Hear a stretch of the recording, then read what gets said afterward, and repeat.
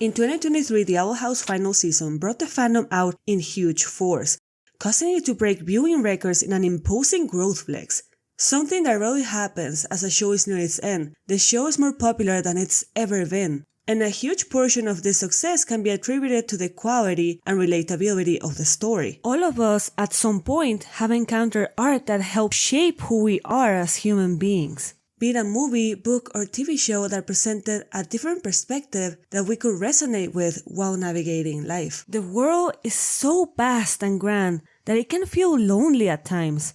And having a character or a narrative to lean on that helps you feel represented and seen goes a long way. When it comes to animation on the small screen, there's a particular powerful tool that has consistently delivered the experience I described. It's called serialized storytelling. This is a format where a story is told over several episodes, with each installment building on the previous one to create an overarching narrative, allowing more nuanced, in-depth characters. The creators can then have the time and space to explore characters and plot lines in more depth, and thus create a more immersive and engaging experience that resonates with viewers and keeps them coming back for more.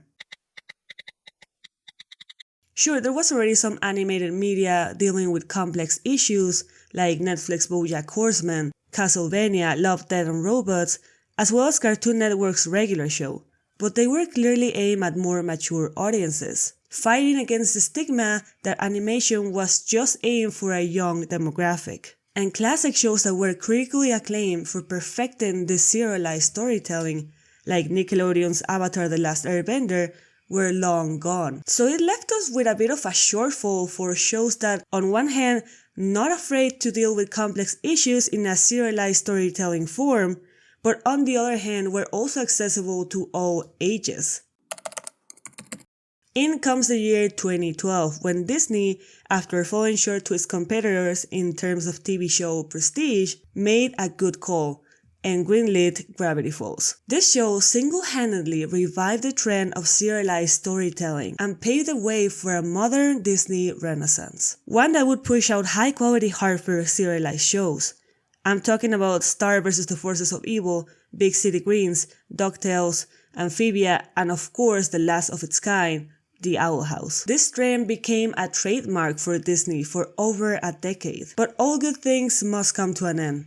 Or so they say. Most of the mentioned shows came to a natural end, but one in particular got the short end of the stick, with Disney executives feeling that it did not fit the Disney brand, suggesting that the serialized nature of the show and its unusual setting were the factors that led to its axing. You mean the same formula from your most popular shows over the last decade?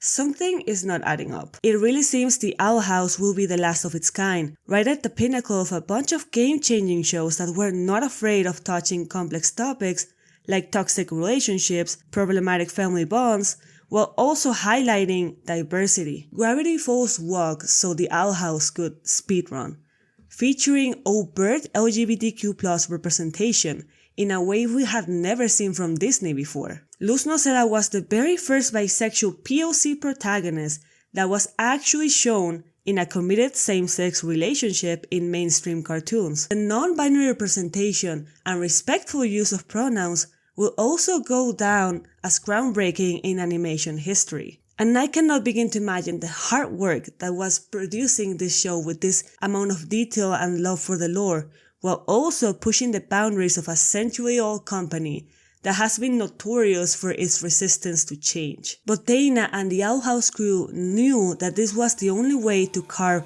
a brighter path for those that will come after. Thanks for watching, guys. Let me know in the comments if you think The Owl House has the potential to become an animated cult classic, or if you think it's gonna be forgotten in time. Were you guys also fans of Gravity Falls or any of the other shows I mentioned here? Don't be afraid to leave all your opinions down there and let's start a discussion. Remember to subscribe and hit the bell if you want more content like this. I really enjoy making it. See you in the next one, guys. Bye!